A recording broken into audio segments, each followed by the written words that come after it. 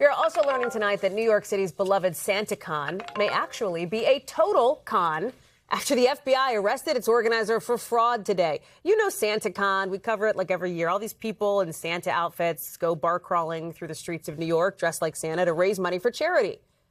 But here's what federal prosecutors say the organizer actually spent a bunch of the money on instead of charity: renovations to his lake house, tickets to shows, nice vacations, nice meals, a nice car, all while claiming he got no compensation for running this charity event. The FBI says he allegedly, this is their words, stole Christmas from tens of thousands of victims. They say he deprived local charities of more than $1 million. He faces up to 20 years in prison if convicted. Tom Winter is joining us now. I mean, the feds didn't say, the word Grinch, but they certainly implied it. How did this person get away with this for so long? It's not like SantaCon is new to the scene.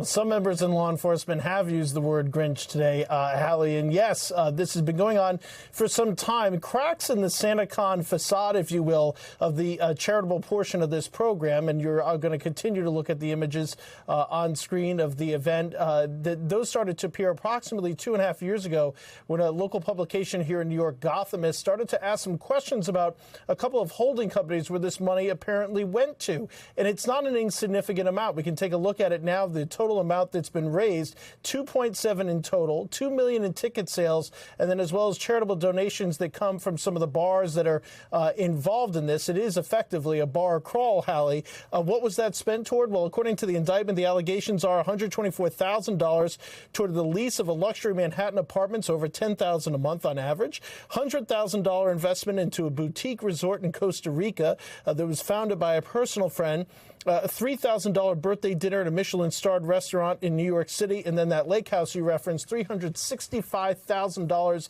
in donations. Now, Hallie, this is certainly getting a lot of attention because it involves Christmas, it involves charity. Let's be totally transparent today. There is another side of SantaCon, which are the acts that take place on that day, and the costumes. It's been referred to as Halloween in December to describe fully some of the costumes that would appear that day would threaten my employment. And, of course, it's a nightmare for parents who have to avoid swaths of the city so we don't have to answer questions of data. How come there's so many Santa Clauses on the sidewalk, and why are so many of them throwing up into the sewers? So that's a bit of the side note of SantaCon. It's been a bit of a scourge. Some people have had their issues with it, to say the least. And most people did not know that this is a charitable event. I've gotten lots of feedback on social media today, people that had no idea this involved charity at all. They just thought it was a great way to spend time with friends on a Saturday afternoon before Christmas.